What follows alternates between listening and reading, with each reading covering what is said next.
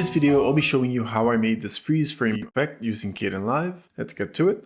So I'll drag our clip over to the timeline or collapse all of the tracks. This is the clip that we'll be working with. You can see it already has a bit of slow motion added to it. And I'm going to let this guide which frame I decide to cut to, which brings us to step number 1, which is to identify which frame we want to make a cut on. I'll go with this frame over here. And the first thing to do is to add a marker. So let's go ahead and disable the thumbnails just so that we can see the marker. And to add your marker, go to the menu bar inside of markers, and you can either add a quick marker or you can add a marker which brings up the whole pop-up window. You can also manage your markers and delete them, etc.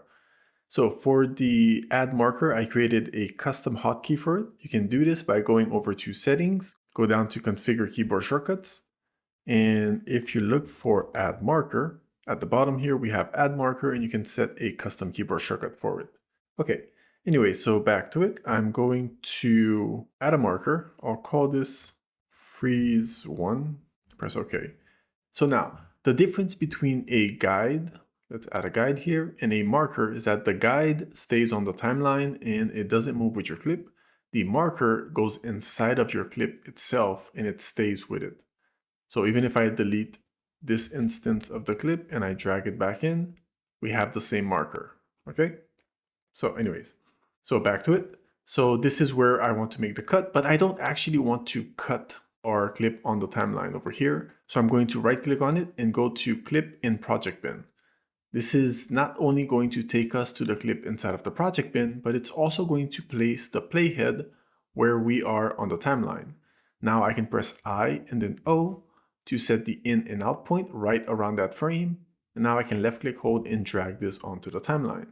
I'll put it one track above. I'm going to use this other track for something else. So we have our one frame over here. Now the next step is to make a cutout of our subject. And to do so, we're going to grab that one frame. We're going to go inside of the effects and composition stack. And all the way at the top, we have the create an object mask. And this will only work if you already have the object selection plugin installed. It's quite easy to do. Go to settings, configure Kdenlive, go over to plugins, object detection, and there should be an install button right here. Click on it. You might have to do this a few times. Sometimes it bugs.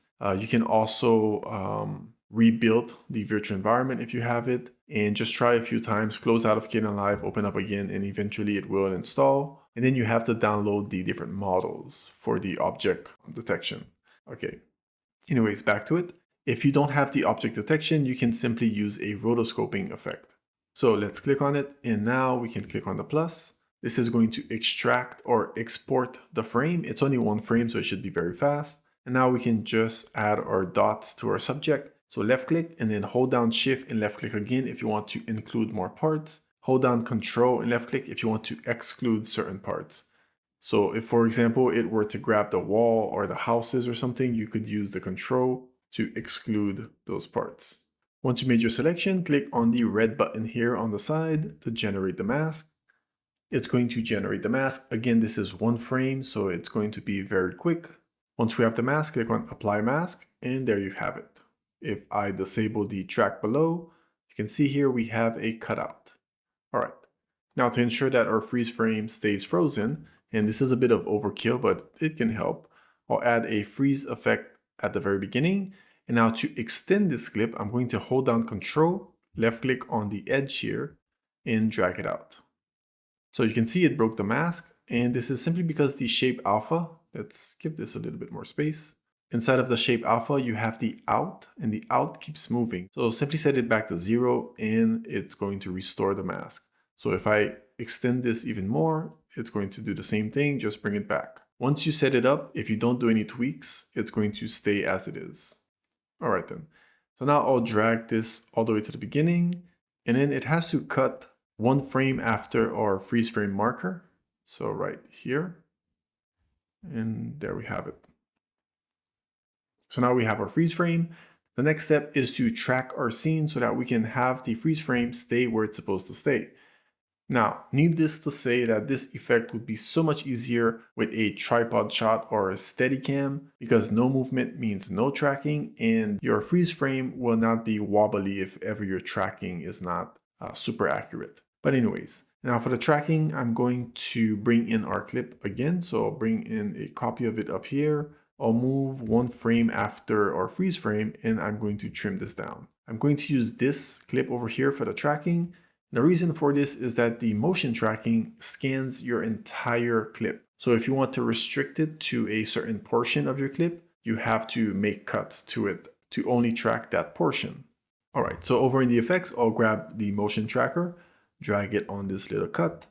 Now you have to choose an algorithm. Again, this really depends on your scene and I guess your experience with the different algorithms. You have Daciam and Nano, which are technically AI-powered algorithms, but for those you have to download the models separately. So you can click on this little I button up here, and it should open the Kdenlive documentation so that you can see where to download the extra models and how everything works, etc., etc. All right. So for this, I'm going to go for median flow. I found that it gave me the best result. I'll set the keyframe spacing to 1, so every one frame it's going to add a keyframe. Now this really, again, it depends on your footage. This can give you very shaky tracking, all depending on your footage and the tracker's performance. For the shape width, this is really just aesthetic. So now let's just make sure that we're on the very first frame of our motion tracker. Let's grab the tracker itself. Oh, -1, no. Let's drop it to 2, okay. So grab the tracker. If you can't grab it, just make sure that the edit mode is checked on for the project monitor. Now let's find something to track. So we can scrub to the footage to see what stays visible from the beginning all the way to this point where we have our freeze frame. Now the letters on the wall in the back do remain for the entirety. So let's go on the first frame and let's simply make a selection around one of these elements. You can also zoom in on the monitor to place your tracker somewhere very specific if you'd like. So I'll put it right here. And once you're ready, click on Analyze to apply effect. Let's zoom back out. This is going to be very quick or relatively quick. And now we have all of our keyframes. Okay, the next step is to click on the hamburger menu at the bottom of the keyframes here, and then choose Copy All Keyframes to Clipboard. Now we can disable the motion tracker and collapse it. You don't want to delete it because, just in case you need it later on. Now over on a freeze frame, we can add a transform. Now I want to point out that when you add a transform with this little combo above here, it turns off the masking unless you move the transform. I don't know why this happens, but it happens. Not sure why this is. Anyways, let's click on the hamburger menu, and now we're going to select Import Keyframes from Clipboard. Make sure to uncheck the limit keyframe number. Switch the map from geometry to position. For the coordinates, it really depends, but I'm simply going to go for center and center. Let's turn on the tracks underneath. And here is our freeze frame at the bottom corner here. I'm going to push it up a little bit. You can use these two sliders here to offset the position of your object, if you will, or subject in this case. I'm going to move it up a little bit. Now it doesn't have to be at the final position, but the logic here is our camera is moving from right to left. And so our subject being tracked is going to move from left to right. So it's going to do the opposite motion of the camera. So if we were to put the subject, for example, close to this border, it would actually get cropped very quickly. If this doesn't make sense, it'll come to you sooner or later. Okay, so once we're done, we can press OK, and there we have it. But of course, it's not where it's supposed to be. So now we have to add a second transform. And let's go over to our last frame where it's supposed to cut. Now, when we add the second transform, if you remember, I mentioned that it negates the mask for some reason, not sure why. But as soon as you move the transform, it's going to work properly, not sure why. Anyways, we can place our subject over our subject. We can even zoom in to make sure that we're getting a precise placement, if you will. Okay, so once we're done, let's zoom out here, and there we have it. So again, remember, the quality of your tracker is going to determine if your freeze frame shakes or not. And then from here, you can add all sorts of different effects, camera movement. You can even go ahead and add a LUT, for example, to add a bit of atmosphere to it. If you notice that your selection has very rough edges and you want to soften it out, you can always look for in alpha operations, add it after the shape alpha. And now for the operation, you can either use blur, shave, grow, shrink, whichever one you find refines the edges the way you really want them to be refined. Let's go for blur in this case and have a very soft blur on the edges. Not mandatory really in this case, it's barely noticeable in my case, but all right. Now, very briefly, let's look at how you could add, for example, a second freeze frame that's a little further ahead in the footage, right? Like we have here, we have this second freeze frame over here. For this one, I had to cut a separate portion of the video clip so that I could track a different part of it. And then I have a transform in here that has a couple keyframes, and those keyframes are corrective keyframes. For example, if I turn this off, you'll see that our subject here is in the frame the entire time, but in the very beginning, you would imagine that they would be off frame.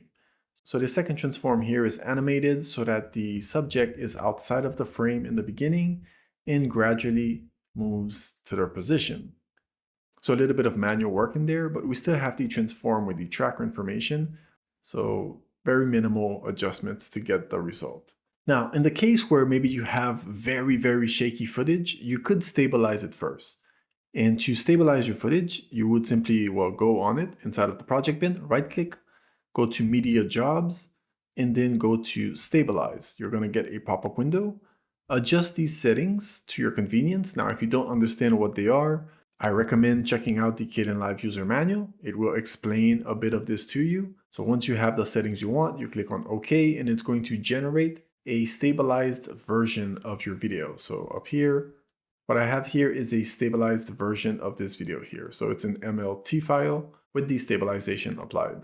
But anyways, that's it for this video. I have a Ko-fi link down in the description for those of you who like to support the channel. You can click on one of these two playlists to learn more about Kdenlive or to learn more about Friction. Thank you for watching, and I'll see you next time.